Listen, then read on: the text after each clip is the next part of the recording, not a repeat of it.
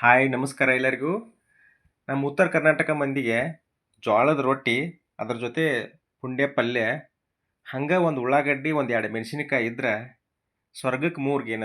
ಯಾಕಂತಂದ್ರೆ ಈ ಜೋಳದ ರೊಟ್ಟಿ ಮತ್ತು ಪುಂಡೆ ಪಲ್ಯ ಕಾಂಬಿನೇಷನ್ ಹಂಗೆ ರೀ, ಭಾಳ ಟೇಸ್ಟ್ ಬರ್ತದೆ. ಆ್ಯಕ್ಚುಲಿ ಒಂದು ಗಾದೆ ಮಾತದ, ಪುಂಡೆ ಪಲ್ಯ ತಿಂದ್ರೆ ಬಾಯಾಗಿನ ಹೊಲಸು ತೊಳೆದು ಹೋಗ್ತದಂತೆ. ಸೊ ಹಂಗೆ ಅದ ರೀ, ಆ ಹುಳಿ ಹಂಗೆ ಟೇಸ್ಟ್ ಕೊಡ್ತದೆ ರೀ. ಹಾಗಾಗಿ ನಾನು ಕೂಡ ನನ್ನ ಟೆರೆಸ್ ಗಾರ್ಡನಲ್ಲಿ ಈ ಪುಂಡೆ ಸೊಪ್ಪನ್ನ ಬೆಳೆದಿದ್ದೀನಿ. ಹಂಗೆ ಅದರ ಜೊತೆಗೆ ಒಂದು ಮೂಲಂಗಿ ಇದ್ರೆ ಇನ್ನೂ ಟೇಸ್ಟ್ ಸೂಪರ್ ಆಕೈತ್ರಿ.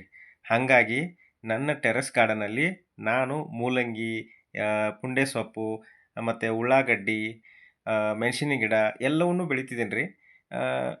ಒಂಥರ ನನಗಿದೇನಂತಂದ್ರೆ ಖುಷಿ ಕೊಡುತ್ತೆ. ನನಗೆ ಬೇಕಾಗುವಷ್ಟು, ನನ್ನ ಮನೆಗೆ ಬೇಕಾಗುವಷ್ಟು ಎಲ್ಲವನ್ನೂ ಕೂಡ ನಾನು ಟೆರೆಸ್ ಗಾರ್ಡನಲ್ಲಿ ಬೆಳೀತಾ ಇದ್ದೀನಿ.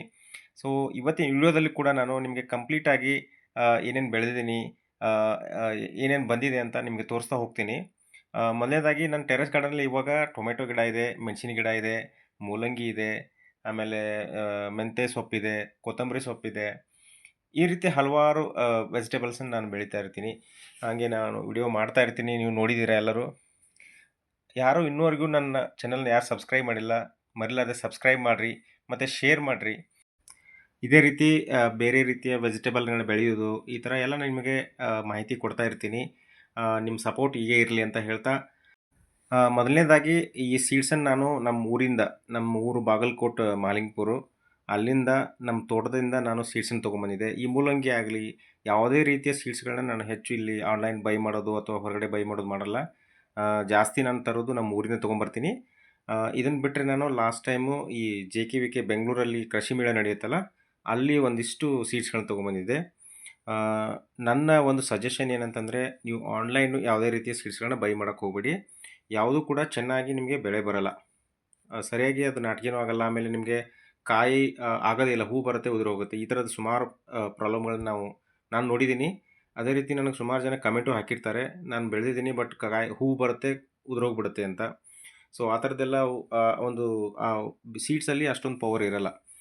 ಇವಾಗ ನೋಡಿ ನಾನು ನಿಮ್ಗೆ ತೋರಿಸ್ತಾ ಇದ್ದೀನಿ, ಇದು ನೋಡಿ ಪುಂಡೆ ಸೊಪ್ಪಿದು. ಈ ಥರದ ನನ್ನ ಟೆರೆಸ್ ಗಾರ್ಡನಲ್ಲಿ ಒಂದು 5 ಗಿಡಗಳನ್ನ ಹಾಕಿದ್ದೀನಿ. ಇದು ನನಗೆ ವಾರಕ್ಕೊಂದು 2 ಟೈಮ್ಸು ಒಂದು ಸೊಪ್ಪಿನ ಪಲ್ಯ ಮಾಡ್ಬೋದು, ಅಷ್ಟು ಸೊಪ್ಪು ಕೊಡ್ತಾ ಇದೆ. ಈ ಸೊಪ್ಪಿನ ಪಲ್ಯ ಬೆಳೆಯೋದು ತುಂಬ ಈಸಿ. ಇದಕ್ಕೇನು ಜಾಸ್ತಿ ಆರೈಕೆ ಮಾಡೋದೇನು ಅವಶ್ಯಕತೆ ಇಲ್ಲ.